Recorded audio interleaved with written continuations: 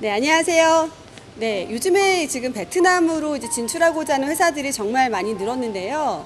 특히나 이제 호치민에 들어오시고자 하는 많은 회사들 중에서 이 오피스에 대한 정보를 또 궁금해하시는 분들이 많아서 오늘은 호치민의 다양한 오피스의 형태, 그 다음에 어떤 오피스 지역이 가장 뜨고 있는 지역, 또 분야에 따라서 어떤 지역으로 진출하시면 좋을지 이런 부분에 대해서 자세하게 설명을 드리겠습니다. 자, 호치민이 이제 베트남 물가 대비해서 오피스가 저렴할 거다라고 생각하시는 분들 많을 텐데요. 사실은 오피스가 비싼 40개국 중에 또 하나입니다. 특히나 이 A급, 프리미엄급의 오피스 시내 1군에 있는 오피스의 경우에는 거의 최고 가격이다라고 생각하실 정도로 가격이 상당히 비싼 편이에요. 일례로 시내 중심에 있는 이제 도이치 빌딩 같은 경우에는 스퀘어미터당 거의 60불, 70불 호가를 하기 때문에 상당히 이제 부담이 되신다라고 생각하실 것 같은데요. 우선 호치민의 이제 오피스의 종류 좀 설명을 드릴게요. 자, 우리가 일반적으로 생각하는 이제 오피스 타입 있죠. 그래서 뭐 전체 그 공간을 다 임대를 하시고, 예를 들어서 뭐 사이즈가 100스퀘어라든지 이런 정해진 스퀘어에 안에 내부적으로 공사를 해서 들어가실 수도 있고, 또는 일부가 공사가 되어져 있는 경우에 파티션을 놓고 이제 근무를 하실 수 있는 그런 일반적인 오피스 형태가 있겠습니다. 또 다른 형태들은 요즘에 뜨고 있는 이제 공유 오피스의 형태인데요. 많이들 알고 계시는 위웍이라든지 뭐 드림엑스 이런 오피스의 형태들, 호치민에서도 지금 오피스 사실 공급이 많이 부족하기 때문에 수요에 비해서 이런 공유 오피스들도 많이 지금 급부상을 하고 있습니다. 또 다른 이제 타입은 요즘에 그 오피스텔이라는 개념이에요. 그래서 이런 오피스텔은 이제 오피스와 주거의 공간을 겸할 수 있는 이런 공간들을 또 활용을 하시기도 합니다. 예를 들어서 이제 베트남에 진출을 하고자 뭐 시장 조사 차원에서 또는 초기에 법인이 설립되기 전에, 사업소가 설립되기 전에 기본적인 이런 조건들을 맞추기 위해서 진출을 하시는 경우, 그럴 때는 보통 이런 공유 오피스 또는 이제 오피스텔을 활용을 하셔서 사업을 시작을 하시고 법인도 설립을 하시는 진행을 좀 추천을 드리겠습니다.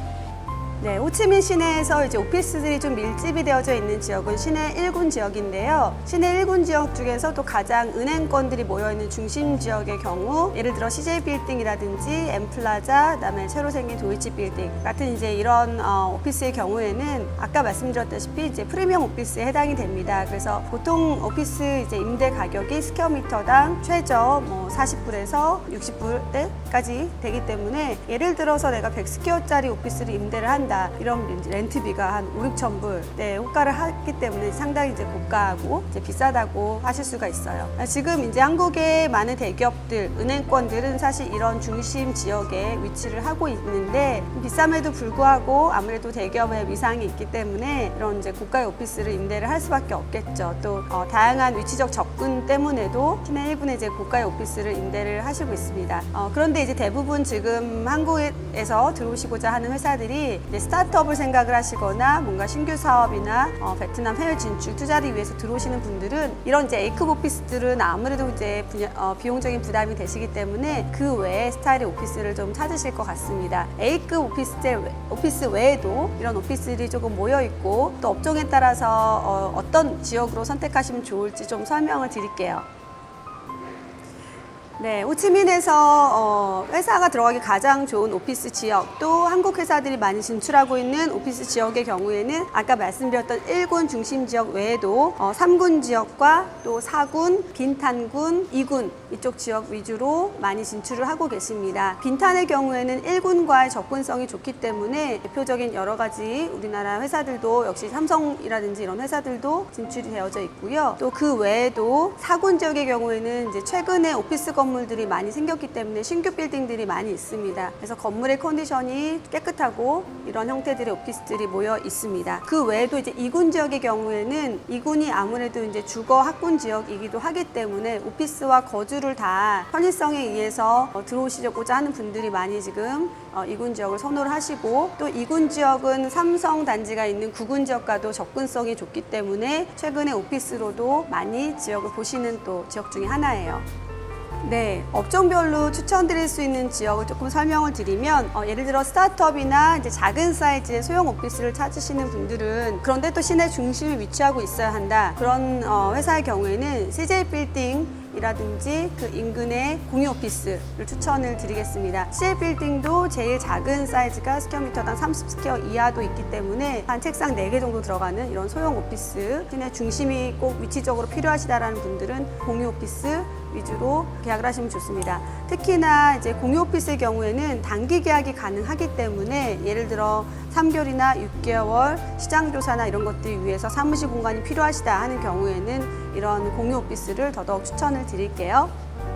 네, 두 번째로 이제 제조업이나 수출과 관련된 이런 회사들이 진출을 할 때에는 오피스로 빈탄 쪽이나 도로하고 접근성이 좋은 지역을 좀 추천을 드립니다. 아무래도 수출입 관련이거나 이제 제조 공장하고 거래상 접근성이 좋아야 하기 때문에 그런 경우에는 이제 오피스들이 메인 도로와 연결이 잘 되는 그 지역들을 좀 선호를 하시고 계시고, 크게는 빈탄 지역 또는 이제 4군 지역, 또 넓게 본다면 2군 지역도 일부 지금 선호를 하시고 오피스 진출을 또 고려하시는 지역 중에 하나예요.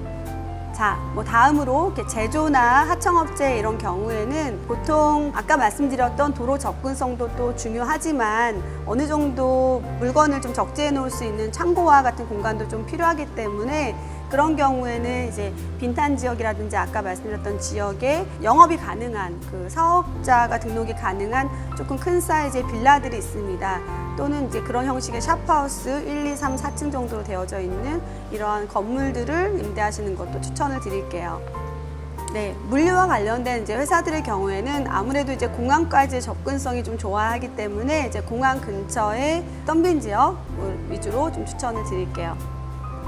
네, 오피스 계약하실 때 주의할 점 몇 가지 설명을 드리겠습니다. 첫 번째, 아까 말씀드렸던 일반적인 전통적인 오피스의 경우에는 보통 임대기간이 2년이 기본입니다. 2년 후부터 감가상한으로 플러스 가격이 계속 인상을 하고요. 그래서 처음부터 계약 기간에 대해서 명확하게 확인을 하시고 진출을 하시길 추천을 드리겠고, 사업자의 계획이 지금 아직 전체적인 법인이라든지 이런 것들이 설립이 되기 전이고 준비 기간이 필요하다고 하면 이런 장기 계약을 하셨을 경우에 중간에 사업이 변동이 되어서 계약을 해지를 해야 된다거나 이런 상황이 발생되실 수가 있어요. 그럴 때는 이제 디파짓은 보통 3개월치를 기본으로 하기 때문에 디파짓을 손해를 보실 수 있는 불리한 부분도 있습니다. 그래서 처음에 사업 계획을 잡으실 때부터 어느 정도 계획으로 사업 진출을 해야 하는지 이런 것들 좀 구체적인 부분을 고민을 좀 해보시고 결정을 하셨으면 좋겠고, 그 기간이 1년 미만으로 또는 소형 사이즈로 오피스를 얻고 향후에 전체적으로 법인이 이동을 한다든지 회사가 다 진출을 해야 돼서 법인이 커진다 또는 넓은 사업 공간이 필요하다라고 했을 때에는 공유 오피스 쪽으로 단기 계약을 하시길 추천드립니다. 일반 사무실의 경우에는 2년 계약이라고 말씀을 드렸고요. 이런 이제 단기 기간 계약을 가능한 곳들은 보통은